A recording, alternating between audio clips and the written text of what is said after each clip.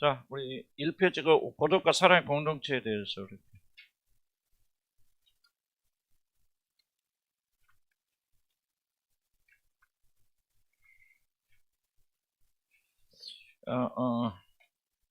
단순히 그냥 고독의 문제를 해결하기 위한 그런 것은 아니고, 이제 우리가 또 우리 교회나 또 사실 모든 교회들은 사실 이런 공동체가 되어져야 됩니다. 사랑의 공동체가 되어져야 되는데, 큰 교회든 이제 그 구역 구조 조직이 있어가지고 그렇게 하고, 사실 부흥한 교회들은 의외로 이런 그 소규모가 잘 돼 있습니다. 사실은 나도 지난번 사랑의 교회 다니는 우리 있어서 뭐 좀 알던 분들이 있어서 가지고 신방에 같이 가서 기도해주고 그랬는데, 근데 교회에 대한 불만들은 많이 있어도 그래도 교회도 못 떠나고, 그래서 신앙생활 이유가 뭐냐면 자기 구역이 너무 좋답니다. 그러니까 옳고 그름을 떠나서 이 공동체라고 하는 것이 굉장히 중요해요. 우리나라 교회들이 발전하고 성장하는 데 있어서 아마 구역이 없었으면은 불가능할 것이다, 그렇게 생각이 되어지는데, 근데 우리는 뭐 구역이라는 것이 의미가 없고 그렇게 되어지고, 이제 우리 구역장들만 열심히 기도하겠지, 난 그렇게 믿고 있으니까 열심히 나와서 밤나서 부르 짓는다, 그런 생각이 되어지고, 또 뭐 믿는 덕에 발등 지킬 수도 있지만 뭐 그런 그 이상의 어떤 의미가 없지만, 어쨌든 이 구역 공동체 우리 전체가 좀 공동체 만난, 첫째 교회로서 반드시 돼야 되고, 두 번째는 이제 제가 강조하는 것은 이 마지막 시대에는 정말 어려워질 겁니다. 여러분 경험하지 못했던 그런 세상이 펼쳐질 것이고, 교회 구조로는 못 이겨나가요. 그래서 교회가 공동체가 되지 않으면 정말 우리도 이 지금 코로나 경험을 봤지만 우리 교회가 그래도 거의 흔들리지 않고 왔다는 것은 보이지 않게 공동체 형성되어 있기 때문에 계속 기도해주고 뭐 해주고 또 막 위로해주고, 또 뭔가 뭐 누가 아프다 이런 식으로 해왔기 때문에 지금 우리는 코로나 때문에 한 명도 떨어진 사람이 있고, 또 우리 또 좀 희한하게 좀 재정적으로도 하나님 더 부어주셨고, 또 여러분 성숙하고 성장하는 것도 정말 한 2년 동안 우리 교회가 엄청나게 많이 자란 것 같아요. 이것은 제가 여러 가지 원인이 있지만 그 중에 하나가 우리 교회가 어떤 형태로든지 공동체 형성됐다, 그렇게 생각이 되어져요. 치유부터 시작해서 막 눈물, 콧물, 속일 것 다 드러내고 그랬잖아요. 그랬죠. 그러니까 우리가 막 어떤 면에서 하나가 되어지는데, 좀 더 성숙한 공동체가 되어져야만이 이 마지막 때를 우리가 이겨나갈 수 있다, 그렇게 생각이 되고, 제가 괜히 뭐 여러분에게 좀 겁주려고 하는 소리는 아니고, 앞으로는 대교회 형태로는 거의 살아남기 어렵고 소규모의 가족 규모 같은 그런 그 교회들만 살아남는데, 그것도 이제 우리가 참된 사랑의 공동체를 형성하지 않으면은 이제 우리는 굉장히 어려울 것이다. 그래서 우리가 미리 대비하는 그런 입장에서 교회 전체를 어떻게 하면 공동체를 만들어 가느냐 하는 것을 좀 그런 주제를 가지고 해나가요. 그래서 고독의 문제도 해결도 되지만은 더 큰 목적을 가지고 우리가 공동체에 대해서 우리가 좀 해나갈 것이다, 그럽니다. 오늘 강의 이제 문제는 뭐냐면, 강의하고 끝나면 뭐 크게 변화되는 건 아니지. 그러나 우리가 뭘 하고 있는 건지, 어떻게 기도해야 되는지, 어떻게 추구해야 되는지는 방향은 잡혀져 나가니까, 그래서 우리가 방향 제시는 되지 않을까, 그런 생각이 듭니다. 그래서 여기 이제 처음 보면 하나님의 인간의 고독의 문제를 해결해서, 좀 크게 보면 또 고난도 고독도 그 문제를 해결하기 위해서 사랑의 공동체, 즉 그리스도의 몸이라는 특별한 제도, 교회지만은 좀 기능적으로 좁혀 나가서 그렇게 공동체라고 하는 것을 한번 생각해보죠. 그래서 거한 자들이, 고독한 자들이 위로받고 격려받고 힘을 내도록 그렇게 하셨습니다. 그래서 교회라고 하는 공동체 같이 우리에게 주신 것은 없다, 그렇게 생각이 되어집니다. 여러분 공동체 있다고 하는 것은 정말 귀하게 여기고, 또 이렇게 어려움이 있었지만 이렇게 떠나갈 사람 떠나가면서 이제 좀 다져지잖아요. 다져지면서 나는 이제 앞으로 기대가 되는 것은 여러분의 공동체, 특별히 뭐 목사가 있건 없건 또는 뭐 그것이 아니고, 그러니까 성령께서 함께 하시는 공동체 역할을 담당할 수 있다, 그렇게 믿어요. 질문들 봅시다. 우리는 공동체에 대해서 우리에게 다음과 같은 질문 던질 수 있습니다. 왜냐하면 사랑의 공동체 개념이 앞에서 말한 하나님 안에서 우리 고독의 문제를 해결한다는 결론과 상이하게 들리죠. 앞에서 봤죠. 우리 하나님 한 분이면 된다. 고독의 모든 문제를 하나님이면 된다라고 말했지만 왜 여기 와서는 또 공동체가 필요하다고 하는가, 좀 상이하게 들리죠. 반대되게. 그래서 이것을 우리가 좀 지혜롭게 해나가야 됐다.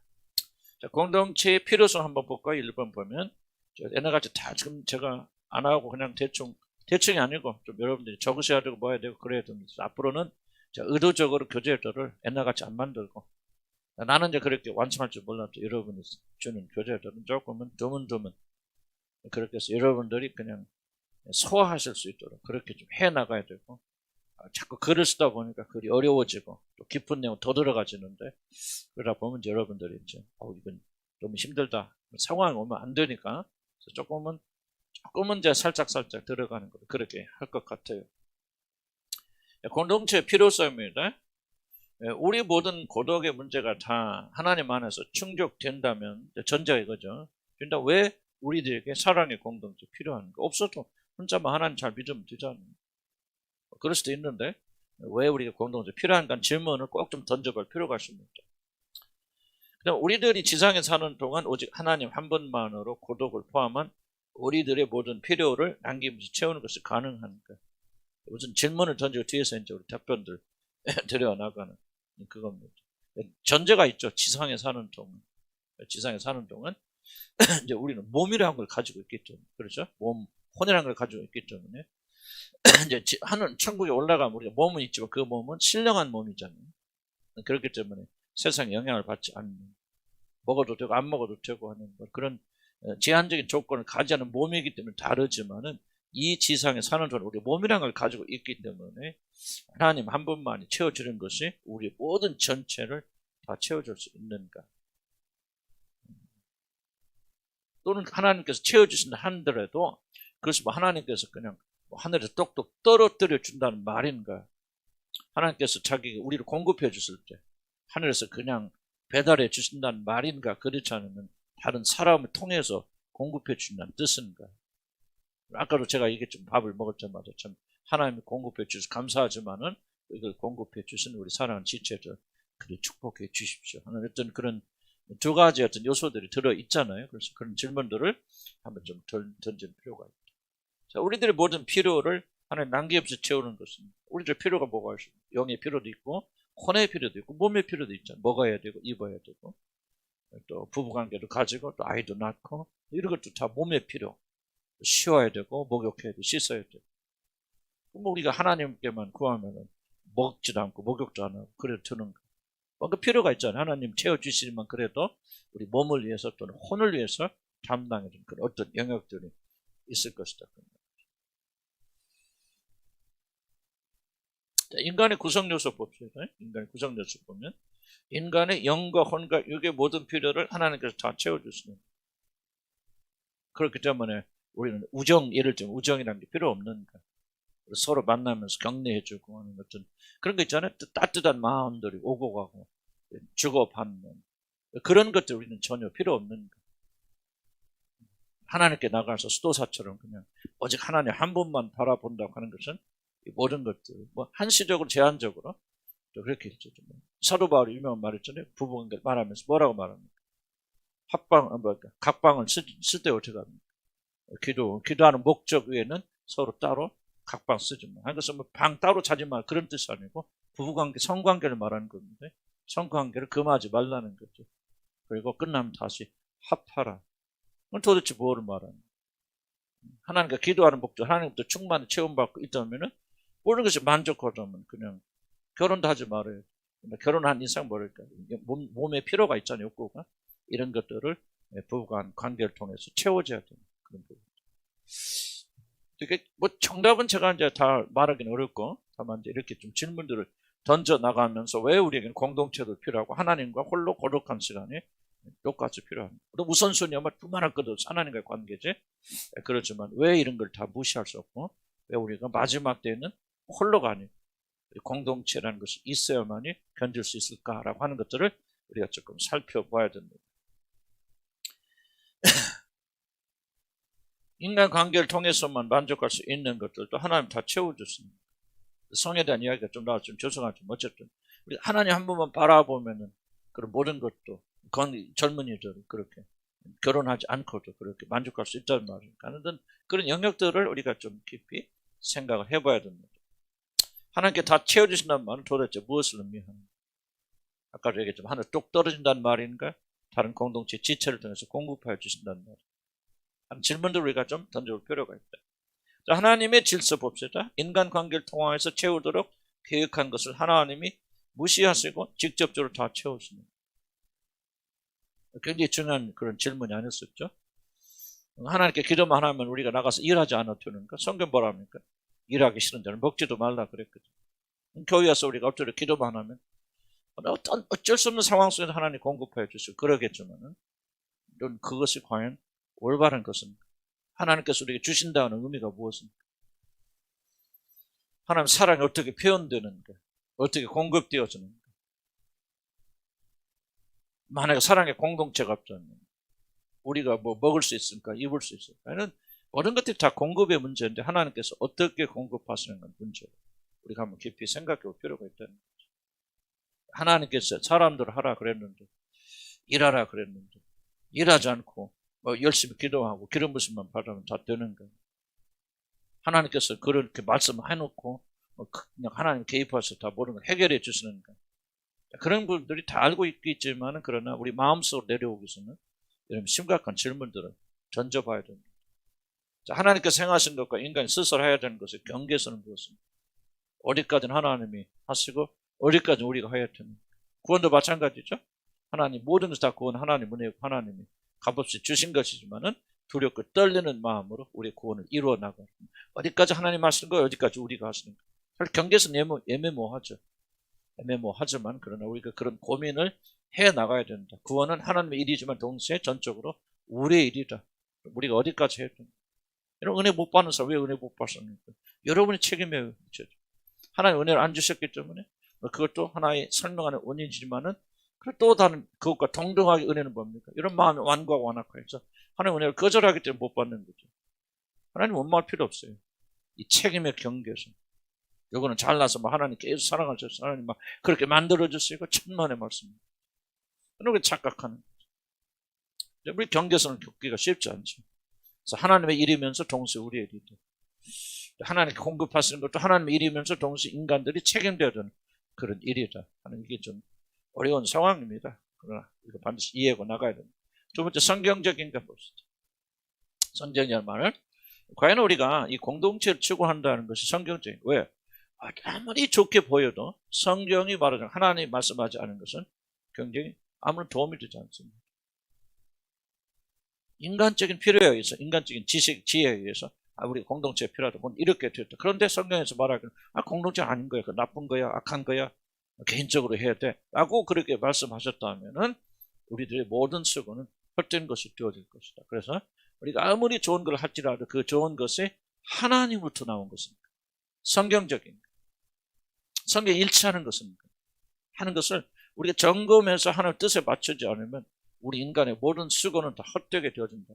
그래서 우리는 항상 이런 질문을 던져야 됩니다. 저도 이 선교를 우리 교회는 그래도 많이 하지 않습니까? 많이 하고 1년에 한 5천에서 6천만 원 선교비를 우리가 지출하는데, 가장 큰 중요한 질문은 다른 거 아니에요. 이것을 하나님이 원하시는 것이니까 나는 그것 때문에 가장 망설입니다. 필요가 있다 해서 다 보내잖아요. 보내지 않고 우리가 한쪽에 쌓아놓으면서도 왜 그렇게 쌓아놓으면서 안 보냅니까? 많이 질문할 수 있어요. 그러나 하나님이 명령하지 않으면 우리는 움직이면 안 됩니다. 선한 모든 것이 다 유익한 것이 아닙니다. 하나님이 완전하시 기뻐하시고 그런 뜻을 우리가 찾아야지, 순종해야 되거든요. 우리는 돈이 따와서 막 보내고 뭐 하고 그렇게 안 합니다. 그런 것처럼 성경적인 질문을, 이 공동체가 우리가 추구하는 사랑의 공동체가 성경에서 나오는 성경적 근거가 없다면은 이것은 무너지게 되어집니다. 그래서 어떤 가르침이든지 어쩔 수 없이 조금 학적이 될 수밖에 없어요. 학문적인. 왜? 이건 이제 인간 이성으로 우리가 판단하고 이렇게 정리해 나가야 되니까. 그래서 사실은 어쩔 수 없이 공부를 해야 되는데 이제 너무 어려우면 또 이런 복잡해지니까. 여러분 이렇게 사고를 안 하면요, 여러분 어떤 일이냐, 무엇을 결정할 때마다 여러분 즉흥적으로 여러분 육신에 따라 결정하게 됩니다. 그렇게 되면 그 결과는 항상 망쳐들거든요. 그래서 교회만 그런 게 아니라 여러분 개인도 한번 뒤돌아보세요. 여러분이 좋다고 해서 행하는 것들이 좋아진 게 있어요? 결과가. 하나님이 원하셔야, 하나님이 원하시는 길을 해야만이 하나님이 힘을 주십니다. 하나님 뜻이 아닌 것은 아무리 선하게 보여도요. 아무리 선하게 보여도 하나님이 그걸 감당할 수 있는 힘을 안 주셔요. 그래서 하나님의 뜻에 순종해야만이 하나님이 그걸 감당할 힘을 주시기 때문에 우리가 이 공동체 좋게 보인다, 참 좋다. 아무리 좋게 보여도 하나님이 명령하지 않고 하나님이 성경에서 말하신 것이 아니라면 그 공동체를 이루어 나갈 수 있는 여러분 힘이 없고 파괴됩니다. 이런 공동체 운동 많이 하거든요. 많이 하는데 거의가 아니라 나는 볼 때 지금까지 성공적인 공동체는 한 번도 들어본 적이 없어요. 라브리 공동체라는 뭐 세계적인 공동체거든요. 이건 지금도 있습니다. 아니 한국에도 있고 그런데 나는 그것이 성공적이다. 나는 실패 얘기는 다 들었잖아요. 성공했던 얘기는 하나도 한 건도 못 들어봤습니다. 지금도 명맥은 유지할 수 있겠죠. 그러나 그 안에 있는 사람들 많은 갈등과 문제와 그래서 나는 공동체는 결코 성공적이지 않다라고 생각이 들어요. 왜 그렇게 성공적이지 않을까? 제 생각에는 이 공동체라는 개념을 인위적 개념으로 공동체는 같이 살아야 돼. 월급도 다 투자해야 돼. 나눠야 돼. 전혀 성경이 말하지 않은 공동체 원리를 적용하기 때문에 다 깨진다고 생각합니다. 그래서 공동체라는 개념은 우리가 성경이 말하는 것을 맞춰 나가야 돼. 같이 모여 사는 걸 나 그거 관심 없고요. 그거 공동체 아닙니다. 나는 성경 추구하는 공동체 아닙니다. 전셋을 팔아서 여러분 은혜 받은 사람들 자기 집을 팔고 밭을 팔아 내놨다고 그랬죠. 초대교인들이 다 자기 전셋을 팔았다는 것이 이 성경의 명령으로 주어진 적이 없습니다. 없는데 그걸 하니까 깨지는 거예요. 공동체. 그래서 월급 타면은 뭐 가서 붙는 사람이 있고 어떤 사람은 그냥 가서 다 먹여줘 입혀주니까 아무것도 안 하고 얻어만 먹는 사람들이 있고 그래서 나중에 지쳐버리고 공동체 다 깨져버립니다. 왜 깨집니까? 하나님께서 명하지 않았기 때문에. 그래서 우리 공동체 운동을 추구해 나가자면은 성경이 말하고 있는 범위를 넘어가지 않도록 훈련해요. 그래서 우리가 그래서 우리는 자연스럽게 교회 공동체 지금 우리가 형태에서 우리가 크게 변화시키는 것이 아니라 사실 변하는 건 우리 내면이 변화돼요. 내면이 변화되어서 섬기고 뭐하고 이런 것들이 자동적으로 되어지는 공동체가 되어야 되지. 그런 거 하나도 안 해놓고 섬기는 것이 아니라 섬김을 받으려고 하는 사람들이 우글거리는데 거기에 뭐야? 모양 외모만 바뀌잖아. 집 다 팔아. 여기 뭐야? 월급 받으면 다 가다 한 푼만 다 집어넣어. 뭐 그런 식으로 하다 보니까 이게 이상한 집단이 되어집니다. 그래서 이제 그런 것들을 우리가 구분하려면은 성경적 원리를 우리가 찾아 나가요. 그래서 사랑의 공동체라는 개념이 성경적이고 성경의 근거의 견을 가지고 있는 거예요. 고독을 위한 공동체 한계가 무엇입니까? 아까도 말했죠. 한계를 뛰어넘으면은 안 되는 거예요. 경계선 넘어가잖아요. 하나님 이걸 원치 않고 이걸 말한 게 아닌데 그걸 더 넘어서 갖다 월급 다 바치고 뭐 하니까 이게 나는 선한 것 같이 보이지만은 이게 하나님이 명하신 경계선 넘어가니까 안 되는 겁니다. 부서지게 돼 있습니다. 지나친 열심 전도사들 너무 지나치게 의롭게 하지 마도 하나님 정하신 범위 넘어가면 안 됩니다.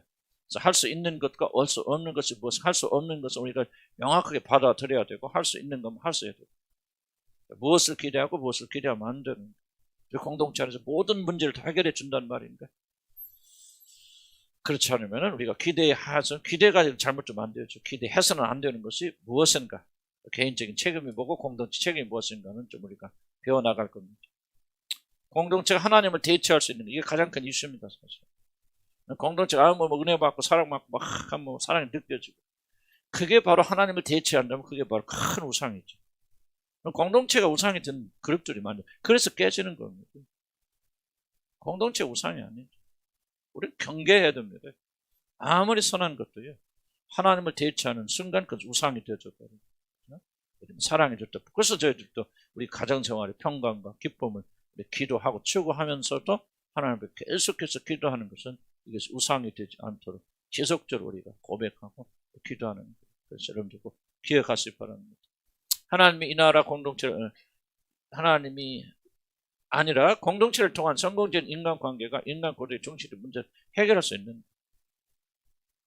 이것도 굉장히 중요한 이슈죠. 막 공동체 안에서 사랑을 느끼니까 여러분 정말 형제 같고 뭐 같고 막 그러니까 여러분들이 만약에 고독할 때마다 하나님께 나가지 않고 공동체를 온다 하면은 다시 한번 강조하지만 이게 바로 우상이죠.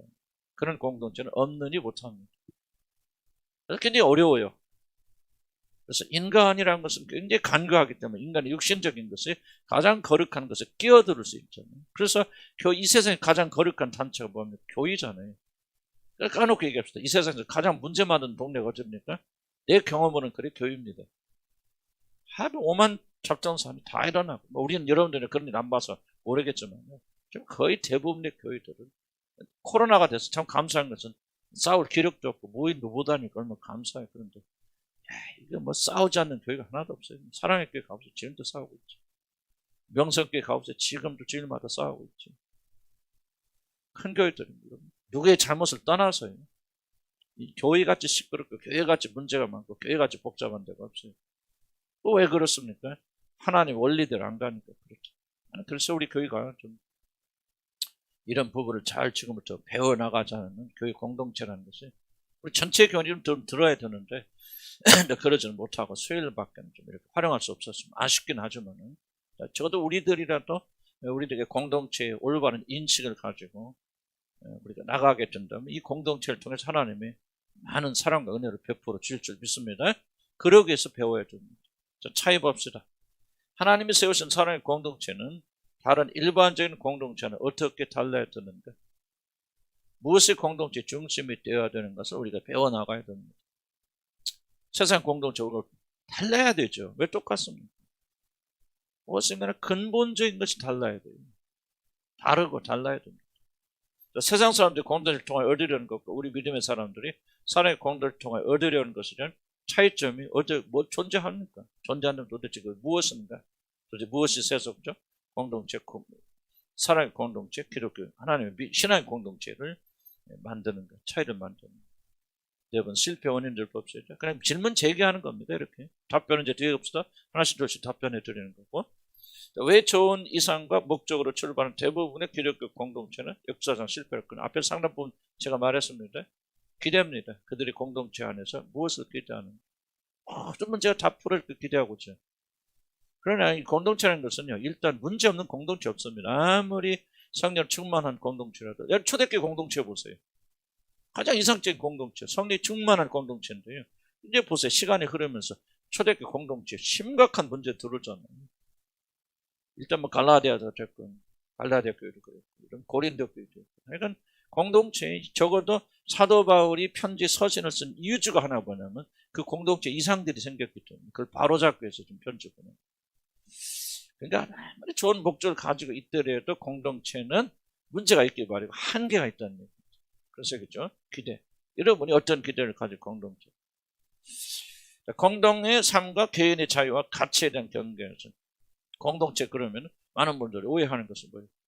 이거 뭐 공산주의, 공산당 이런 생각하거든요. 그래서 공동체 그러면 가장 먼저 무의식에 생각나는 것은 개인의 이익, 개인의 것을 어떻게 보존하느냐와 공동체와 충돌합니다. 여러분들 인식을 못하더라도 그때 경계선을 그어줘야 되죠. 그러니까 공동체 하면 모든 재산을 다 팔아서 공유 재산을 하는 거는 그럼 뭐가 충돌합니까? 사유 재산. 내 것이 있어야만 안전하게 느껴지는 사유 재산과 충돌하게 되죠. 그럼 과연 성경이 그걸 명했느냐? 충돌하게 되죠. 이 경계선을 명확하게 그어줘 나가야 된다.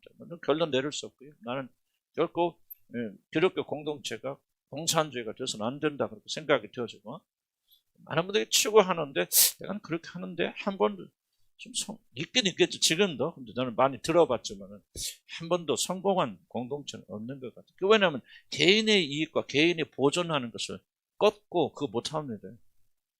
그리고 성경이 그렇게 명하지도 않았고. 근데 개인의 본성을 어글려서 개인의 1차 본성은 뭐냐? 자기 보존이거든요. 자기 재산을 지키려고 자기 안전을 추구하려고 하는 거. 그랬을 때 공동체 다 내놨는데 그 공동체 잘못 좀 자고 어떡합니까? 생각이 깊은 친구들은 최소한 그런 생각은 할 거 아니에요.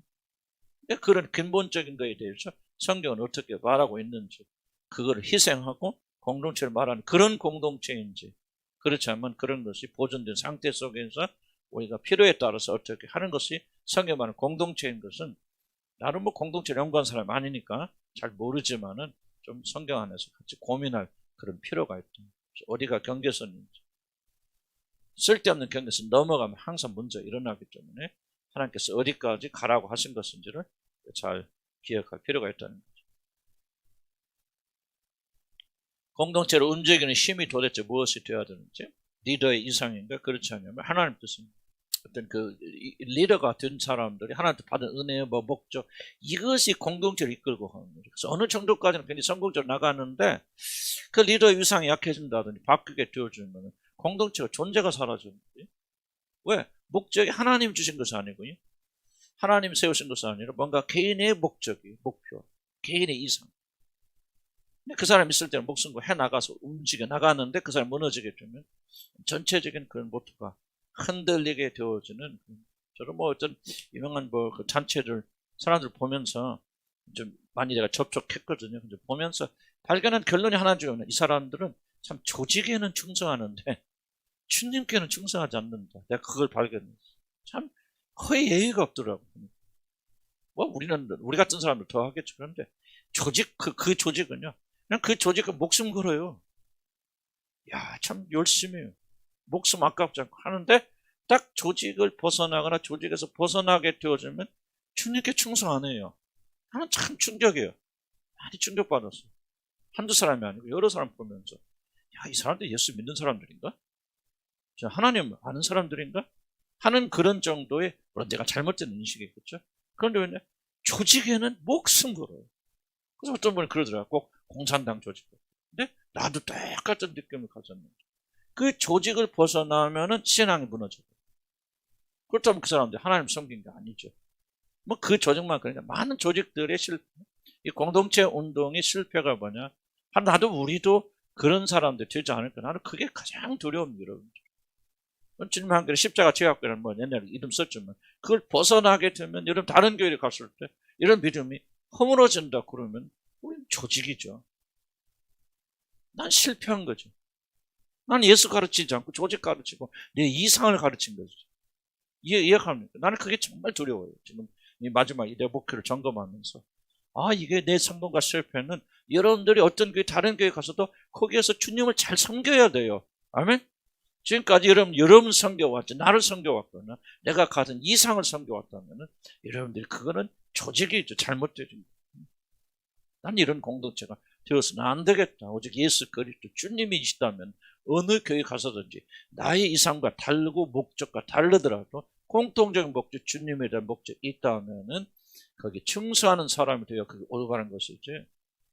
뭐 어디가 됐든지. 근데 그런데 그렇지 반대 현상을 내가 많이 보고 있기 때문에 이거는 조금이라기보다는 저는 심각하게 뭔가 근본적으로 잘못되어 있죠. 조직에 충성하면 안 됩니다. 하나님께 충성합니다. 하나님을 바라봐야 되는데 그렇지 못한 공동체들이 건전하다고 말하는 공동체들 중에서 거의 다 그런 걸 바라보면서 조금 우리 공동체라고 말하기 어렵지만은 성경이 말하는 것이 무엇인가 좀 고민을 해봤으면 좋겠다. 그렇죠. 공동체를 움직이는 힘이 무엇인가를 고민해야 됩니다. 자, 공동체 개념에 대한 오해입니다. 조금 길게 썼어요. 자, 공동체 개념은 공산주의의 공동체 개념이나 특히 이란 같은 종교 공동체들에 의한 피해들을 경험하거나 들어오면서 공동체에 대한 많은 부정적인 이해들이 생겼어요. 이게 바로 일본의 적입니다. 공동체 그럼 이상한 거죠. 공동체 굉장히 중요한 건데 우리는 공산주의 또는 막 이단들 또는 막 광신적인 어떤 종교 집단들 또는 그런 믿음의 사람들 스토원, 그래서 뭔가 막 집단적으로 사는 사람들, 그래서 일단은 공동체란 말이 우리 대한민국 사람들에게는 별로 조금 이렇게 친근감을 느끼지 못해요. 그렇죠? 공동체 그럼 어디 공동체 그럼 벌써 이게 이상하게 생각해요. 바로 이것은 이제 연장선에서 이 마지막 때 꼭 필요한 성경적 공동체조차도 우리들은 거부하게 되죠. 공동체 말은 굉장히 은혜스러운 말인데 거부하게 되었고, 더욱이 코로나 같은 극단적인 개인주의가 발생하는 토대에서 공동체에 대한 이런 부정적 견해가 더 심해져 점점 극단적으로 개인화되어져 나갑니다. 잘 들어서 주목해보세요. 이게 바로 사단이 노리는 겁니다. 교회 와해는 다른 게 아닙니다. 개인화시키면은 여러분이 사단이 여러분 넘어뜨리기 아주 쉽습니다. 지금 나는 코로나 2년의 기간 동안 사단이 이걸 하고 있다고 생각합니다. 그래서 내가 이걸 깨닫고 우리가 저녁기도 시작한 거예요. 토모이자. 그래서 우리 토모이자 하는 지금 코로나 이전보다, 그죠? 우리 교회는 지금 저녁 모여서 막 8시, 화요일날 드리죠. 옛날에는 수요일날 드렸는데 수요일날 아무도 피곤한 거죠. 목요일날, 금요일날, 토요일날 저녁이었죠. 지금 어떤 기도 만들잖아요. 왜 만듭니까? 내가 막 이런 볶아 먹으려고 그러죠. 죄송한 표현이지만 내가 선지자에게는 그런 게 없으면요, 난 이런 거 안 하는 거죠. 볼 수 있잖아요. 사단이 하는 전략이 코로나 보면서 이건 전부 개인화입니다. 그래서 교회에 이 공동체를 분리시키고 혼자 시켜서 혼자 집에서 예배드리고, 혼자 집에서 예배드리는 사람이 넘어지는 거죠. 같이 모여서 예배드리는 사람보다 훨씬 더 쉽게 무너집니다. 사단이 지금 이게 전초 작업을 하고 있는 거예요. 이제 교회 파견은요, 지금부터 시작입니다. 지금 뭐 2만 개 문 닫았다고? 아직 시작도 안 됐습니다. 사단은 계속 지금 깔아놓고요, 개인화 시켜놓고, 이제 더 이상 교회와 연결점 사라지게 만들어요. 자기 개인 목사님하고 관계도 사라지게 만들죠. 왜? 뭐 텔레비전 이 사람 저 사람 보니까 뭐요? 개인적 관련이 없죠. 그 말은 무슨 말이에요? 이런 지도자들의 말이 영향력이 없죠. 무시해버립니다. 그렇잖아도 그런 것이 강한데 이 코로나 기간도 전부 개인화되어져 나가면서 이제 뭐냐? 내가 교회요. 그러면 문제는 그 사람 무너지기 아주 쉽습니다. 이제 교회가 무너지는 것은 아직 시작 안 됐어요. 교회가 무너지는 것은 아직 시작 안 됐습니다. 이게 이제 사단이 준비를 해놓고, 하나님 허락해서 그런 일이 일어나겠지만요, 이렇게 해놓고 사단이 무너뜨릴 때는 사정없이 무너집니다. 그때 신앙을 떠나는 대배교가 비로소 이제 시작됩니다. 엄청난 대배교가 일어납니다. 지금은 기초도 안 돼. 그럼 우리가 이걸 알면 어떡하려면? 거꾸로 가야 돼요. 더 모여야 됩니다. 더 기도해야 돼요. 그래서 우리 교회가 막 저녁만 모여서 기도하는 거예요. 귀찮기도 하고 힘들기도 하시겠지. 나도 힘들 때 많아요. 그러나 악착같이 해야 됩니다. 왜? 오는 게 보이는데 준비하지 않으면 어떻게 이기려합니까? 사단이 무엇을 하는가 안 보입니까? 이걸 볼 줄 알아야 돼요. 볼 줄 알아서 대비하고 준비해야 됩니다. 교회 공동체에서 떨어져 나가면 여러분 쉽게 무너집니다. 한 달도 안 가요. 그래서 이 마지막 때일수록 뭐예요? 히브리서 말합니까? 이 마지막에 가까울수록 모이기를 피하는 자들 어떤 습관과 같이 하지 마. 더욱더 힘써 모여서 주님 찬양하고 예배드려 그렇게 말합니다. 사단이 마지막 때 뭐 한다고? 모이기를 피한다. 지금 맞잖아요. 지금 여지없이 일어나고 있잖아요. 모이기를 피하잖아요. 그럼 우리들도 잘 됐다. 코로나니까 좀 편하게 예배드리자. 뭐냐. 꼭 뭐 이렇게 모여서 할 필요가 뭐가 있어. 집에서 하다가 이제 한 번이 두 번이 한 번 주다가 그럼 뭡니까? 그 다음에 이제 없어졌죠. 그럼 이러면 사단이 죽이고 빼앗고 도둑질 멸망당해도 저항할 수는 힘이 없습니다. 이런 근육을 잃어버리면요, 이런 마음이 아무리 급한 상황에도 뛰어지나 근육을 잃어버려요. 근육 하루아침에 잃어버립니까? 서서 잃어버려서 어려움 당하면 다치는 게 매달리지 천만의 말씀입니다. 마음은 있지만 육신이 하나 그만둡니다. 그래서 우리가 지금 악착같이 더 기도하고 더 모여야 돼요. 아멘. 그래서 우리 교회는 뭐 없어. 거꾸로 가요. 세상 가면 막 거꾸로 가고, 모이지 말라면 더 모이고, 기도하지 말라면 더 기도하고, 소리 지르고, 저녁에 감사한 것은 이 밑에 또 통닭집에서 유행가를 틀어놔 막 안 하던 짓을 그렇게 해요. 막 무슨 막 어떤 가수 남자 가수 막 얼마나 틀었는지. 그러니까 우리 막 소리 질러도 괜찮아. 하나님께서 그렇게 감동 주셔갖고 아이고 얼마나 감사. 지금은요, 뭐 욕 먹을 각오해. 성교할 각오하고 믿어야 되고. 하여간 시대를 잘 읽으셔야 됩니다. 우리가 괜히 그거 하는 거야. 고독의 문제 괜히 하는 거 아니에요. 지금 고독의 문제 지금 모르죠. 좀만 지나보세요, 여러분. 진짜 실감 있게 여러분 느껴야 됩니다. 나이 좀 더 들어보세요. 실감 있게 고독과 싸워야 되고. 그때 여러분, 그때 다시 펼쳐 읽으라 그 말이에요. 읽으면서. 오늘 기억하고 또 녹음된 거 여러분 들어보면서 또 그때 싸워야 돼요. 공동체 개념의 그런 오해를 우리가 이겨야 된다. 공동체라는 개념이 부정적으로 전린 이유 중 하나는 공산적 개념처럼 공동체는 모든 개인적 자유를 박탈하며 모든 개인적인 재산을 공유하는 것을 오해하고, 바로 이게 결정적으로 교회가 잘못하는 거예요. 이렇게 되는 공동체는 다 깨집니다. 그 이중인격자만 만들어요. 그래서 교회는 이런 일을 하면 안 돼요. 나는 절대 반대하는 사람. 여러분 재산 받쳐서 교회 바칠 수도 있겠죠. 그러나 나는 그거 격려하지 않습니다. 교회는. 그것이 믿으면 잘못이라는 거. 성령 감동해서 그럴 수 있어요. 그럴 수 있고 하는 뒷받침이 될 수도 있지만은 그것은 개인적인 감동 받으면서 그렇게 해야 되는 것이지, 교회가 인위적으로 공산주의 개념을 가지고 그렇게 해서는 안 됩니다. 그래서 대부분의 사람들은 공동체 안에 들어간다는 것은 자신의 모든 것을 빼앗긴다 그렇게 착각합니다. 그래서 자신들의 재산을 팔아 가난한 자들에게 나누어 주었던 초대교회는 성령의 충만을 받아서 가난한 자들에게 대한 사랑 때문에 자발적으로 그리고 기쁨으로 자신들의 소유를 내려놓았다는 것이지 결코 그 누구도 강제하지 않았다.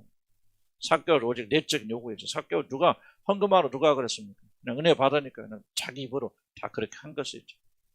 그래야 하기 때문에 그렇게 한 것은 아니다. 이제 앞으로 이 공동체가 이걸 잘 하지 않으면요, 좋은 공동체 무너집니다. 자, 그럼 사랑의 공동체는 무엇입니까? 좀만 더 봅시다. 2번 굉장히 중요합니다. 여러분, 이게 돼야 그 다음에 공동체로 들어갑니다. 공동체가 실패를 하는 것은 지금 제가 말한 사랑 이 5가지 개념 더 있을 수 있겠지만은 이 5가지 개념을 이해하지 못하고 실천하지 않기 때문에 공동체가 파괴되는 거예요. 나는 아직 몰라요. 우리 교회가 지금 우리가 추구하고 있는 공동체로서 의미가 있는 동네인지 아직은 내가 부족하다 그랬죠. 그래서 뭐를 해야 되면 지금 사랑의 공동체에 대한 이 5가지 개념은 우리라서 확장시켜 나가야 돼. 이게 되어질 때 그 다음에 공동체가 되어지는 거예요. 이게 안 되어지고 인위적으로 무슨 헌신해라, 팔아라, 뭐 그래서 공동체가 되는 게 아니고요. 공동체를 하루아침에 만들어진 거 아니에요. 자연스럽게 이런 사람들이 모여서 이 공동체 형성해 나가야 되죠. 그런데 내가 공동체 얘기 안 했잖아. 지금 10년 동안. 거의 안 했죠? 왜 인지 하게 되었냐? 어느 정도 여러분 안에서 이게 가능성이 있고 생겨나기 때문에 이제 공동체 개념을 지금 말합니다. 떨어졌으면 떨어지고. 왜 떨어졌으면 안 떨어져 버리면 공동체는 힘듭니다. 떨어졌으면 떨어져 나가야 돼요. 교회는. 그러지 않으면 교회 시끄럽습니다. 공동체 안 됩니다. 그래서 우리가 이렇게 해 나왔고 하나님께서 저한테 은혜 주셔서 여러분 개인적으로 이걸 추구해 나가야 돼요. 그렇다면 우리가 참된 공동체가 되기 위해서 우리가 되어야 되는 게 뭐냐? 첫째, 한 믿음입니다. 그리스도 중심되는 믿음을 가지려면 그 공동체는 아무 의미가 없죠. 한 믿음. 하나라는 단어를 껴서 한 믿음, 한 목적, 한 기능, 한 성령, 한 위로. 뭐 더 있겠죠. 그러나 우선은 제가 생각할 수 있는 5개밖에 없어서. 그래서 뭐까지 하면 다 끝나려 믿습니다. 성경에 말하는 사랑의 공동체는 그리스도의 믿음을 공유한 이게 1번이고요. 가장 중요합니다. 이거 믿음 없으면 이건 공동체 안 돼요. 그래서 만약에 그리스도를 향한 모든 믿음을 소유하지 않다면 사랑의 공동체는 개념 자체가 불가능합니다. 예수 믿어도 뭐해도 신비주의적으로 나가는 사람들과 복음으로 나가는 사람 같이 섞여 있으면 결국 깨집니다. 공동체. 그래서 같은 믿음은 뭐냐? 한 믿음은 예수님을 주로 믿는 믿음이 아니라 칼라가 같은 거죠. 그럼 옳고 그름의 문제가 아닙니다. 공동체가 되려면 방향이 틀어져 버리면 교회 끝납니다. 그래서 우리가 이 믿음, 한 믿음, 오직 예수 때 중심이, 십자가 중심이죠. 디도서 1장 15절 합시다. 깨끗한 사람에게는 모든 것이 다 깨끗하지만 그 다음 주간단 더러운 자들과 믿지 않는 자들에게 아무것도 깨끗한 것이죠. 이게 벌써 흑백 논리죠. 어떤 건 좋고 어떤 건 안 좋고 그거 지금 디도가 말하는 게 성령께 말하는 게 아니죠. 깨끗한 사람은 모든 것이 깨끗해. 그러면 깨끗한 사람들이 모이면은 모든 것이 깨끗하니까 조금 어려운 일도 더러운 일도 있을 수 있겠죠. 그러나 이런 모든 것이 근본적으로 깨끗하게 돌아가죠. 깨끗한 사람. 그러나 깨끗하지 못한 사람들은 약간 의견이 다른 게 아니에요. 의견이 다른 게 아니고 전적으로 달라요. 전적으로 다르기 때문에 더러운 자들과 믿지 않는 자들에게는 예수를 믿지 않는 자들 또는 예수를 다니지만 자기 행복과 추구해서 종교적인 이유로 다니는 사람 그런 사람들은 아무것도 깨끗한 게 없습니다. 모든 게 전적으로 다릅니다. 전적으로 다릅니다. 그렇기 때문에 전적으로 다른 두 그룹이 섞여 있게 되면 그 그룹은 반드시 문제가 일어나게 되어 있고 싸움이 일어나게 되죠. 그래서 한 믿음 가져야 돼요. 이거 성경이 말하고 성령께서 말씀하시는 거죠. 똑같은 사람인데 약간 다른 게 아니에요. 더러운 자들과 믿지 않는 자들은 아무것도 깨끗한 것이 없죠. 그럴듯하게 말하자면 속은 더러워요. 속은 다 바른 방향으로 가는 거예요. 그래서 여러분들이 어렵습니다. 빌립보 4장 3절 봅시다. 또 참으로 나와 멍에를 같이 한 내게 구하면. 자, 믿음의 친구 형제들 뭐라고 표현합니까? 멍에를 같이 한. 같은 짐을 지고는 이 멍에를 잘 기억해요. 멍에는 뭐예요? 멍에는 이렇게 생각합니다. 양쪽에서 지금 같이 들고 가고 같이 지고 있는 함께 멍에를 매지 말라 그 말은 지금 한 멍에에 둘이 지고 있는 거예요. 그런데 한쪽은 일로 가라 한쪽 일로 가면 어떻게 나갈 수 있습니까? 그 상황이죠. 그래서 지금 믿음의 사람들 뭐라고 하면 나와 멍에를 같이 한 사람 무슨 뜻이에요? 같은 방향으로 나가 있는 사람. 이게 바로 뭐라는 거예요? 믿음의 형제들. 같은 방향으로 나가지 않으면 사사건건 부딪히게 되죠. 여러분 가정의 문제 뭐라고 생각해요? 가정 문제 1번이 뭐라고 생각하십니까? 왜 부부들이 싸우고 다퉜습니까?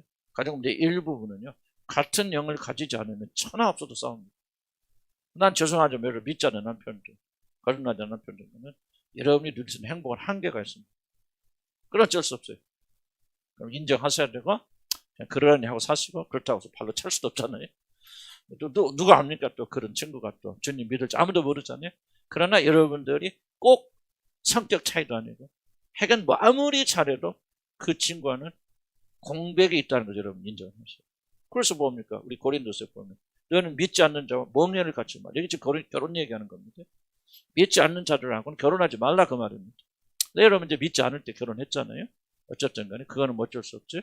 그렇죠. 지금 성경도 말합니까? 믿지 않는 남편이라 할지라도 갈라지게 이혼하기를 원치 않냐면 그냥 살아라. 혹시 너가 아니요 그 남편 너로 인해서 구원받게 되지. 거룩하게 되지. 그래서 우리는 잘못된 결정을 내렸다 할지라도 또 여러분도 예수 믿기 전에 그랬으니까 어떻게 알았어요? 한계를 인정하면서 우리가 노력할 수밖에 없죠. 하여간 빌립보서 4장 3절 다시 한번 보면은 믿음 형제를 보면 같이 멍에를 치는 자를 같은 방향으로 나가는 그런 자들이죠. 그렇지 않으면 교회는 찢어집니다. 그래서 너희를 믿지 않는 자 멍에를 같이 하지만 의와 불법이 어찌 함께하고 빛과 어둠이 어찌 사귀며 그리스도 벨리알이 어찌 좋아하며 믿는 자 믿지 않는 자가 어찌 상관하며 하나님의 성전과 우상이 어찌 있지. 그렇습니다. 나는 우리 교회가요 지금 이렇게 평화롭게 되어진 가장 큰 원인 중 하나가 뭐냐면 그런 분들이 맞고 나갔기 때문에 나도 이제 인간적으로는 나갔은 분들 안타깝기도 하고 또 가끔 생각도 나고 기도도 했지 그래요. 그런데 보고 싶기도 하고 그런데 참 영적으로 생각하면 참 감사하다. 그래서 내가 나갔은 분이 일치 안 잡는 거예요. 이럴 때 나는 권면하지 않습니다. 나가지 마. 왜? 하나님이 우리를 위해서 내보낼 수도 있잖아요. 근데 그러면 전적으로 다릅니다. 나는 그래도 조금 다르겠지 않아요. 전적으로 생각의 방이 달라요. 그래서 우리 하나님께서 이렇게 정리해 나가셔서 그렇게 좀 얼마 그러니까 뭐야 여기 있잖아요. 좋아하고 믿지 않는 데 믿지 어찌 상관하고 하나님의 성경 우상이 어찌 일치 안 됩니다. 그런 부분을 기억하시기 바랍니다. 자, 믿음의 공동체는 뭐냐? 단지 예수를 믿는다는 데서 머무는 것이 아니라 믿음의 칼라가 같은 자들을 의지합니다. 방향이 같아야 됩니다. 같은 방향이 들 수밖에 없죠. 같은 성령이 있으니까요. 그렇긴 하지만은 좀 어쨌든 같은 칼라, 같은 방향. 뭐 복음주의, 뭐 신비주의. 난 신비주의는 기독교라고 생각하지 않아요. 그런 어쨌든 뭐 성령 막 추구하고 성령 은사에 추구하고 뭐 그들이 그리스도는 아닌가? 그리스도인이면서도 그렇게 추구할 수 있잖아요. 난 거기까지 동의하는데. 그러나 그런 자들과 복음주의를 만나게 되면 그 교회는 빠개지게 되죠. 그래서 공동체는 공동체 이유가 있어요. 그런 사람 또 그렇게 막 기도하는 사람 보이고 진짜 거듭나서 하나님 자녀인데도 이렇게 성령 은사를 추구한다. 그럴 수 있죠. 그럼 그런 사람께 모여야지. 우리 같은 복음주의자 들어가면 시끄럽다. 그러니까 우리는 뭐냐? 예수를 주로 고백하는 사람들 일뿐만 아니라 사실 가장 이상적인 공동체는 같은 방향을 가지고. 근데 예수를 주로 고백하면 달라도 같이 모여야 되지 않습니까? 그게 정석 아닙니까? 맞아요. 맞는데 서로 다양성이 있어 좋긴 좋지만 공동체 형성은 잘 되지 않습니다. 이 점은 여러분 간과하시면 안 돼요. 그래서 우리들 여러분이 정말 이 마지막을 이겨나가는 그런 공동체가 되려면 예수를 주로 고백하는 믿음과 더불어서 믿음의 색채가 같아야 돼요. 그래서 우리 교회는 뭐예요? 철저히 나는 복음주의자예요. 성경주의지만은 그러나 성령의 역사를 부인하지 않고 강조하는 사람이에요. 은사나 신비주의를 나는 반대하지고 은사가 잘못된 게 아니죠. 은사에만 집중하는 신비주의를 내가 부인보다도 반대하는 것이지 결코 나는 성령의 역사 자체를 우리같이 성령의 역사 많이 말하는 교회가 되고 계속 기도하고 강조 성령의 기름 부으신 거 성령의 역사 성령의 충만한 데서 우리같이 강조하는데 어디 가서 그런데 이게 방향이 안 맞아 버리면은 굉장히 어려워. 그래서 여러분 기도할 때 앞으로 우리 후계자 목사님 오실 때 꼭 이런 분들이 보면 좋겠다. 우리 칼라가 맞아야 돼. 칼라 틀려버리면 뭐 굉장히 갈등이 일어나고 교회 공동체는 깨져버려. 순식간에 아수라장 되어버립니다. 목사하고 교인들 다른데 어떡해. 목사는 일로 가라 교인들 일로 가고. 그럼 교회는 공동체 형성 안 돼요. 뭐해서 예배는 드릴지 모르지만, 그래서 우리가 많이 기도하고 간구해야 되겠다. 그래서 칼라가 같아야 된다. 그렇게 생각해요. 칼라가 같지 않으면 결국은 꼭 믿음이 달라서기보다도 결국은 떠날 수밖에 없는 그런 상황들이 되어져 나가요. 그래서 우리 주님 한 교회를 뭐냐? 복음적 교회지만 성령의 역사와 은사를 강력히 사모하고, 어떻게 보면 성령의 역사가 가장 중요하게 여겨지는데 그것이 복음과 함께 가야 되는 그런 것을 강조하는, 이게 바로 우리 교회 칼라다. 이해가시죠? 우리 교회는 성령을 반대하는 교회가 아니잖아요. 반대합니까? 제가? 더 이상 어떻게 강조합니까? 다만 올바른 성령을 내가 강조합니다. 쓸데없는 그런 것이. 두 번째, 한 목적. 여기만 보고 이제 오해합시다. 한 목적은 하나님께 영광을 돌리는 목적. 이거 굉장히 중요합니다. 사랑의 공동체가 존재하는 목적은 결코 우리들의 필요를 채우기 위한 것이 가장 중요하고 우선한 목적이 되어서는 안 됩니다. 이게 이제 왜 중요하다고 말하냐? 이게 거의 대부분의 사람들이 공동체를 소속하기를 원하는 대부분의 사람들, 이게 지금 이슈가 됐죠. 왜 우리에게 공동체가 필요합니까? 우리들의 필요를 채우기 위한 것이 여러분의 내면에 숨겨져 있는 가장 중요한 목적이 되어지면은 우리는 공동체 형성이 안 됩니다. 오직 하나님께 영광 돌리고 공동체에 속한 자들이 그리스도의 사랑을 실천함으로, 특별히 섬김으로, 성경을 받는 것이 아니라 섬김으로 그분을 존귀케 하려는 한 목적으로 모여야 됩니다. 처음부터 이런 목적 가진 사람만 모여라 이렇게 하기는 어렵죠. 그래서 하나님께서 모이게 하여 주시고 그 목적을 가진 사람 남게 해서 그렇지 않은 사람 보내시는 거예요. 표를 내보세요. 예수님 보세요. 예수님께서 제자들을 받으실 때요, 예수님 하신 1번이 뭐냐면 돌려보내는 겁니다. 그대로. 사도바울도 마찬가지. 제자들 돌려보내. 뭐라고 합니까? 내가 주님 따르기 원하면 주께 따릅니다. 여우도 굴이 있고 공진단에서 제비거리고 나는 뭐예요? 내가 머리를 고쳐도 없다. 하고 뭐합니까? 너 따라오면 개고생이야. 따라오지 마. 그래서 수많은 사람 돌아가가지고 보세요. 청찬예식 할 때는 이상한 소리 하잖아요. 내 살을 먹고 내 피를 마시잖아. 나 아무런 상관이 없고 생명이 없느니라. 그러니까 그를 따르던 많은 제자들이, 성경이 뭐라고 하냐면 그럼 많은 사람들이 돌아갔다 그렇게 알고 많은 제자들이 그를 떠나고 더 이상 그를 따라다니지 아니하라. 완전히 예수님과 굿바이 합니다. 그럼 예수님 뭐합니까? 좀 쉽게 말씀하셨지. 왜 그렇게 이해하지 못하면서 심지어 제자까지 된 자들, 12제자 빼놓고 제자까지 된 자들, 그래도 몇백 명 따라다니는데 거의 대부분의 제자들 왜 되돌아갑니까? 예수님 하신 목적이 뭡니까? 순수한 삶을 남기고 가른 여다 빼고 다 버리시면서 마지막 70문도 그리고 500문도 남기실 때는 뭐냐? 순수하게 예수 그리스도 하나만 다른 자를 모으시고, 그게 바로 그래서 거기서 자연스럽게 공동체 형성되는 거예요. 이게 됐기 때문에 공동체가 된 것이지, 그렇지 않은 사람 모이면서 자 우리 공동체 하자 모이자 전혀 초대교회는요 인위적인 공동체가 아닙니다. 우리 공동체 하는 운동하시는 분들이 굉장히 실수하는 게 뭐냐면 하나님께 성령께서 모아주셔야 돼요. 성령께서 모으셔서 그렇게 공동체 모습을 가지도록 하시면 이렇게 돼야 되는데 그게 아니고 인위적으로 모으잖아요. 리더가 있고 리더 이상에서 리더 이상이 좀 하고 전부 리더 따라와서 인위적으로 만들잖아요. 그리고 뭡니까? 한 사람이라도 더 공동체 안에 머물기 위해서 모든 문틀을 낮춰버리잖아요. 근데 잘못되는 거라 생각이 되어집니다. 그래서 한 목적을 우리가 가지고 있어야 됩니다. 이미 이런 공동체를 들으신 분들 이제 뭐 해야 됩니까? 한 목적을 가지고 그 목적에 맞춰 나가야 된다. 나의 필요를 채우기 위해서 공동체에 들으십니다. 이 공동체에 남아있다면 여러분 언젠가는 여러분에 의해서 공동체는 심한 시련을 겪게 되어집니다. 그래서 우리 목적 다 바꿔야 돼. 교회라는 목적이 무엇입니까? 왜 주님한 교회에 속하시고 이 공동체에 속하십니까? 이유는 하나님께 영광을 돌려야 돼. 말은 쉽지만은 이게 우리 무의식 속에는 어떻게 하면 내 필요를 공급받을 수 있을까를 그런 생각을 가지고 공동체 안에 머문다면 이러면 결국은 문제를 일으킬 수밖에 없다는 거죠. 그래서 무슨 목적? 그리스도의 사랑을 실천하며 섬김으로 오직 그분을 존귀케 하려는 목적으로 모아야 된다. 왜 해야 된다? 서로를 채워주는 공동체를 통하여 고독의 문제를 해결하는 것은 결과해야지 결국 그 자체가 목적이 되어서는 안 됩니다.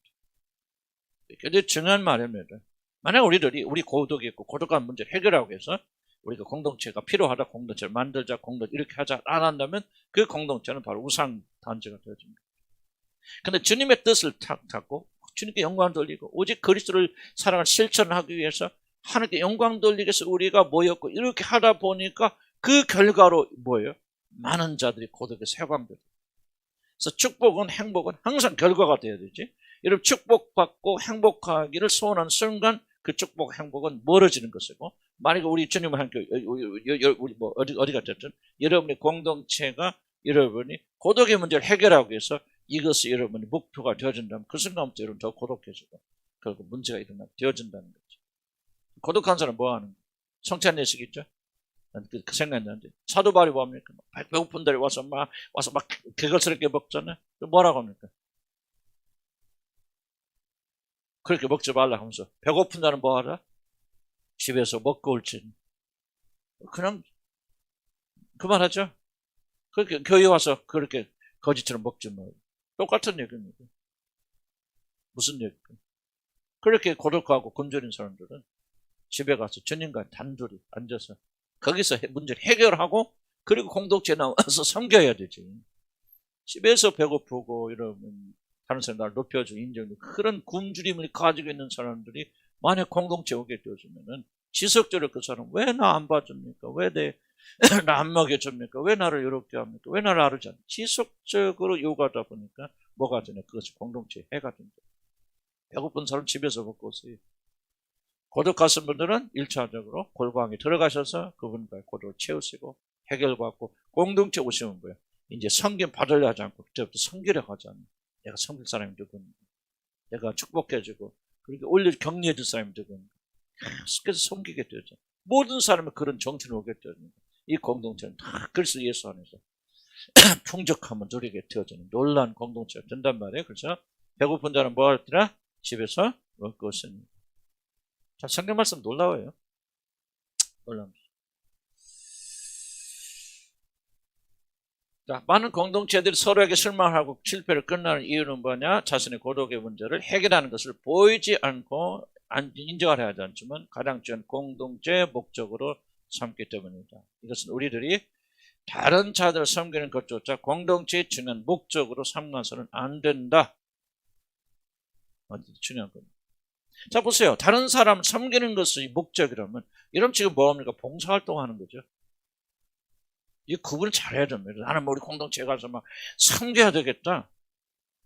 이런 마음으로 여러분 오신다. 나는 하나님과 관계에서 나는 충분해. 그러므로 나는 오늘 가서 섬겨야지. 이런 마음조차도 그거는 뭐예요? 자선 봉사단체로 만드는 것이다.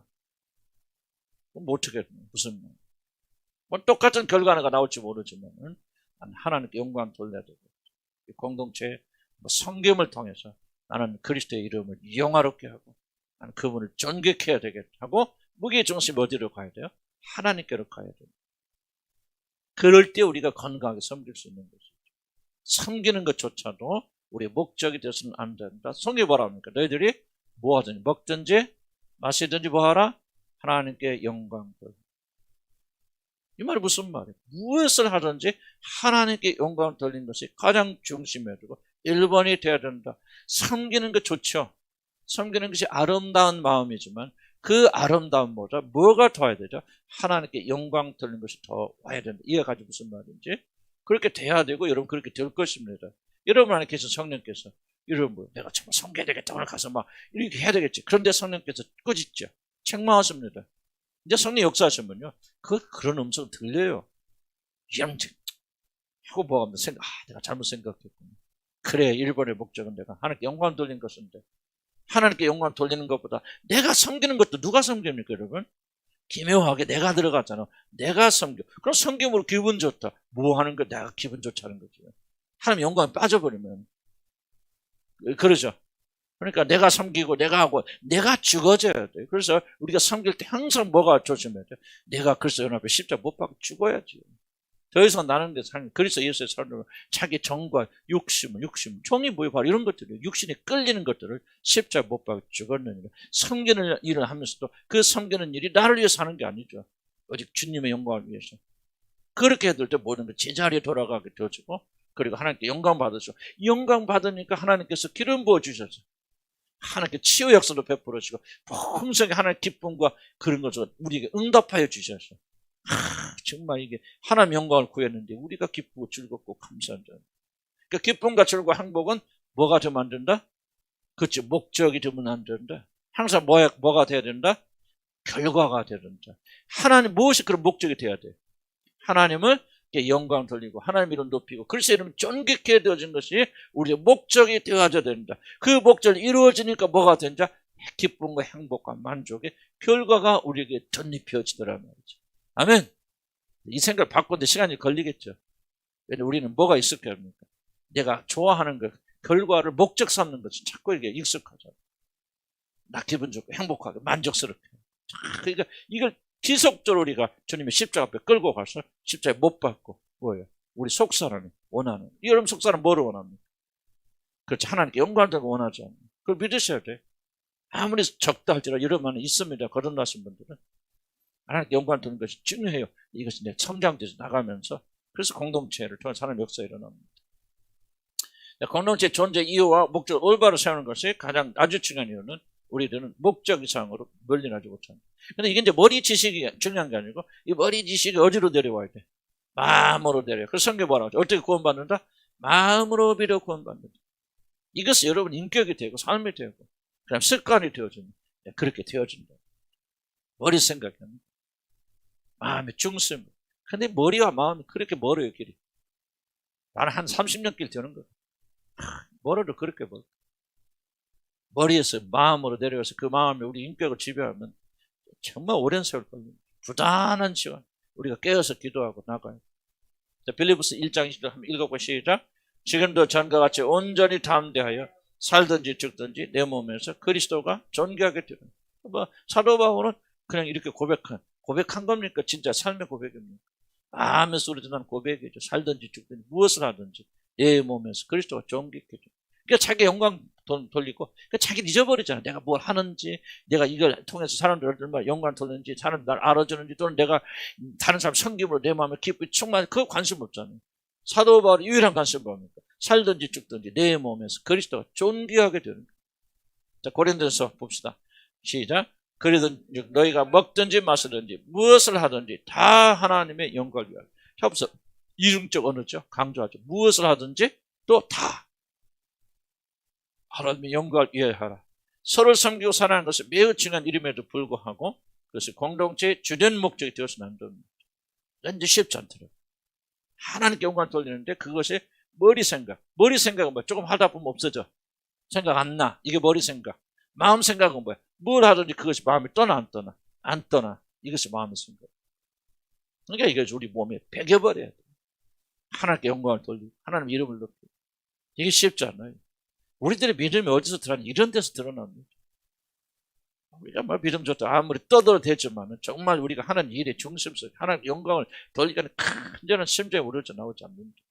그래서 그리고 이 믿음이 항상 우리의 모든 삶을 점검하지 않는 무엇을 하든지 성경이잖아요. 무엇을 하든지 다 하나님 영광을 위해서 먹든지 마시. 그러면 사도 바울이 이렇게 고백하고 먹을 때 내 멋대로 먹었겠습니까? 항상 어떻게 주님께 영광을 돌리는가 그렇게 실험하면서 먹고 마시고 그것이 즐거움이 됐죠. 우리는 뭐예요? 즐거운 거예요? 맛있으면 입맛을 자극하는 게 즐거움이죠. 사도 바울의 즐거운 거예요. 그것이 아니라 그것을 떠나 이거 뭐 맛이 있건 없죠. 이거 중요한 것이 아니라 이 나의 행위를 통해서 하나님께 영광이 되는지 안 되어지는지. 그러고 나고 하나님께 영광을 돌리니까 거기서부터 하나님께 영광을 돌림으로 인하여 그게 기쁨이 주어지죠. 이것이 우리하고 다른 차원이 다른 기쁨입니다. 우리가 먹는 것 자체로도 기쁨을 취한다는 거예요. 사실 지나보면 우리가 좀만 더 성숙해도 뭐 먹는 것 때문에 이게 맛있느냐 맛없느냐 그렇게 중요합니까? 그렇지 않죠. 내가 누구와 음식을 먹으면서 이 음식을 먹고 마시면 서로 사랑을 나눈다. 이게 더 우리가 기쁘게 만들죠. 우리가 인격만 조금 성숙해져. 그럼 영적으로 생각하면 영적으로 깊은 사람들은 먹고 마시면서 이것을 하나님께 영광을 돌리므로 우리가 이렇게 서로 음식을 먹고 나누면 서로 우애하고 격려하고 사랑을 베풀고 서로 섬기고 그러므로 하나님께서 기뻐하신다. 하나님께 영광을 돌린다. 그거 생각하면 우리에게 기쁨이 된다는 게 이상한 생각입니다. 아니 인격적으로 훌륭한 사람도 조금 비슷한 생각하는데 우리가 좀 영적으로 성장한다면 너무나도 당연한 거죠. 이렇게 먹을 때마다 그런 거 생각합니까? 하는 것은요, 여러분 철저히 오해한 거예요. 정말 잘못된 생각입니다. 여러분은 뭐예요? 나는 하나님이 아니라 입맛에부터 기쁨과 쾌락을 추구하는 사람이군요. 그 시간만큼 내가 하나님 잊어버리고 싶어 하는 사람들은 굉장히 저성하지만 엄청나게 악한 말을 여러분 지금 하고 잊을 수 없어요. 벌써 성경 보면 먹든지 마시든 다 죽게 한 건 돌리면서 그렇게 하라고 했잖아요. 우리가 잊어버리니까 문제라 그 말이죠. 무엇을 하든지 주님은 우리가 분리될 수 없고 주님을 떠나봐서는 안 되고 그렇게 되는 순간 주님만 생각해서는 불행한 거 아니에요. 주님만 생각하지 않기 때문에 모든 것들이 다 여러분 그렇죠. 아무리 좋은 음식을 먹어도 뭐 치지 않으면 맛없어. 음식에다 뭐를 쳐야죠? 소금을 쳐야죠. 소금 안 들어가면 아무리 맛있는 생선도 맛있습니까? 맛없죠. 똑같아요. 무엇을 하든지 주의 영광이 들어가지 않으면 그것은 맛있는 게 아니에요. 원래 영화롭게 하는 거 기쁜 게 아니에요. 참 기쁨은 하나님이 기뻐하셔서 그분이 우리 가슴 속에 그 기쁨 내려 부어주시는 이 기쁨이 진정한 기쁨은 먹고 마시고 입고 이것이 이제 저와 여러분이 감각에서 떠나야 되는데 나는 그렇게 생각해요. 좀 지나친 말같이 들릴지 모르지만 그리스도인들이 먹는 거에 이 감각, 미각이 뛰어나게 살아있으면 나는 여러분 영적으로 굉장히 힘듭니다. 죄송한 표현이 나는 내 경험도 많은 분들이 그렇게 이야기하는데요. 주님을 깊이 있게 아는 순간 이런 미각 잃어버립니다. 좀 이상하게 들릴지 모르지만요. 미각을 잃어버린다는 말이 아니고 맛있고 맛없는 개념이 굉장히 사라집니다. 약해집니다. 아무거나 먹어도 상관없어요. 맛있으면 얼마나 맛있고 맛있으면 얼마나 맛있습니까? 맛있다 즐겁다 하면서도 그 즐거움보다는 뭐가요? 이런 풍요로움을 허락하신 주님에 대한 감사 감격이 이제 영적인 사람들을 그 안에 자라나요. 미각이 감각이 우리 지배하면 안 됩니다. 그거는 차원 낮은 사람들이요. 믿음의 사람들은 미각과 감각이 지배하지 않습니다. 그래서 그런데 요리사들은 또 그거 없어지면 안 되지? 성령 충만한 사람도 맛이 감각이 있다. 그런 차원들은 여러분들 이게 좀 서로가 내가 막 이렇게 말한다고 해서 막 극단적인 말은 아니니까 조금은 이제 참조하시면서 목사님 이런 뜻이게 방향이 이렇구나 경계선이 이렇구나 하는 것을 이해를 하시고 들으시기 바라는데 대개 경험들은 그렇습니다. 여러분 보는 거 아름답고 지금도 뭔가 보면 여러분 눈을 사로잡는다면요. 여러분 나는 영적으로 굉장히 영적으로 죽어가고 있다 생각합니다. 더 이상 그거 안 보입니다. 보이지 말아야 돼. 이런 지나가는 차가 막 멋있게 보이고 뭐 벤츠가 어쩌고 막 어떤 뭐 좀 지나가는데 옛날 얘기다 그러더라고요. 그러니까 하도만 벤츠차가 그렇게 타고 싶다. 이런 그리스도인들은 그렇게 안 됩니다. 여러분 난 제발 잘 들으세요. 그 사람 거듭나지 않았다 말하는 게 아니고 그리스도인들은 그 감각을 잃어버려야 돼요, 여러분들. 그럼 잃어버려줍니다, 여러분. 어떤 집이 막 너무 멋있다. 좋다. 나 저런 집에 살고 싶고, 저런 집에 갖고 싶고, 하고, 여러분 꿈에도 생각난다. 이러면 그거 잘못되어진 거예요. 그건 그리스도인의 감각이 아니에요. 여러분 변합니다. 그리스도인들은 단순히 생각만 나 그리스도인 그게 아니에요. 성형 바뀝니다, 여러분. 거듭나면요. 그 사람이 하루아침 아니지만 성형 바뀌어서 그렇게 아름답게 보이는 게 덜 아름다워. 그렇게 멋있는 것들이 덜 멋있게 되어지고 그렇게 갖고 싶은 것들이 상대적이 되어서 점점 약화되어져 나가고 그렇게 나는요 정말 식도락인데 내가 주님 알고 성령 받으면서 지금 내가 지금도 감각 이런 거 아니에요. 그러나 맛있다 정말 맛있다 없어져요. 나는 항상 하는 아무거나 먹자. 나는 그것이 더 이상 나의 즐거움이에요. 내가 뭐 온전한 모델은 아니지만요. 그냥 예수 믿고 성령 충만을 그냥 어디 가서 못 먹고 난 이해가 안 되는 거예요. 이해가 안 되는 거예요. 난 비난하는지 몰라. 그냥 좀 용서하고 들으시기 바랍니다. 이렇게 영의 사람이 된다고 하는 것은요. 점점 육신의 감각을 잃어버리고 아예 잃지는 않죠. 그것이 자기를 지배할 만한 그런 감각들이 되지 않고 그냥 자기 집안에서 일어나는 불행한 일고 사고를 돼요. 이제 영의 사람들은 점점 약해집니다. 감각이 약해져요. 그럴 수도 있고 저럴 수도 있고. 영혼 때문에 울고 불고 하는 것이 있죠. 불편함 때문에 점점 사라져 나가요. 그렇게 돼야 되고 그래야 우리가 하나님 중심적인 그런 삶을 사는 거. 성공과 실패 이런 경계심들이 자꾸 무너져요. 그리고 무너져야 되고 세상에서 성공이 그렇게 이러면 소중하게 여겨진다면 우리가 어떻게 하나님의 자녀라고 말할 수 있습니까? 어떻게 우리의 마음이 하늘에 있다고 말할 수 있습니까? 그냥 달라져야 돼요. 그래서 믿음은 달라지는 거고요. 구원은 달라지는 거예요. 새로운 성향, 하늘의 것을 맛볼 수 있고 하늘의 것이 점점 맛있고 즐거워지는데 그러면 상대적으로 땅의 것이 좀 줄어들어야 될 것입니다. 우리 몸을 가지고 있는 동안에는 완전하게 자유롭지는 않겠죠. 그렇긴 하지만 상대적인 것이 되어진다. 먹고 마시는 게 매달리지 마세요. 무엇을 바꿀까 염려하지 마세요. 얼마나 맛있을까? 얼마나 멋있을까? 얼마나 아름다울까? 세상적인 관심이 여러분 활발 살아있다면 나는 모르겠어요. 여러분 진짜 그리스도인인지. 적어도 그리스도인들은 그런 삶에서 변화가 되어집니다. 다른 사람 나보면 어떻습니까? 내가 얼마나 멋있는 사람인지 모르죠? 멋쟁인지? 내가 과거에 옛날에 주님 만나기 전에 정말 멋쟁이였어. 나보다는 제대로 꼭 가서 맞춰입고 내가 디자인해서 입고 맞춰입고 그런 사람이었죠. 티셔츠 하나를. 근데 주님 만나고 나면 감각이 사라집니다. 뭐 이쁘다 미웠다 그런 감각 찾아 사라지는 거예요. 무엇이면 어떠냐. 무엇이면 어떠냐. 집도 그랬죠. 어떻게. 그래서 이런 변화가 좀 우리에게 좀 있어야 됩니다. 오직 하나님께 영광을 돌리는, 그럼 나는 뭐 이렇게 말하면 여러분 우리 목사님 진짜 믿음이 좋은가 그렇게 착각하지 마시고, 저도 없어서 한탄스러워서 하는 말이에요. 다음에 조금씩 알아가는 과정 여러분께 말씀드릴 뿐이죠. 하나님께 영광 드리는 삶 살아요. 이것이 우리 유일한 목적이 되고 목표가 되어야 돼요. 그래야 공동체가 되는 거예요. 이거 이루어지지 않으면 모든 사람들이 영광 받으려고 합니다. 같이 일어나십시다. 한 번만 딱 기도합시다.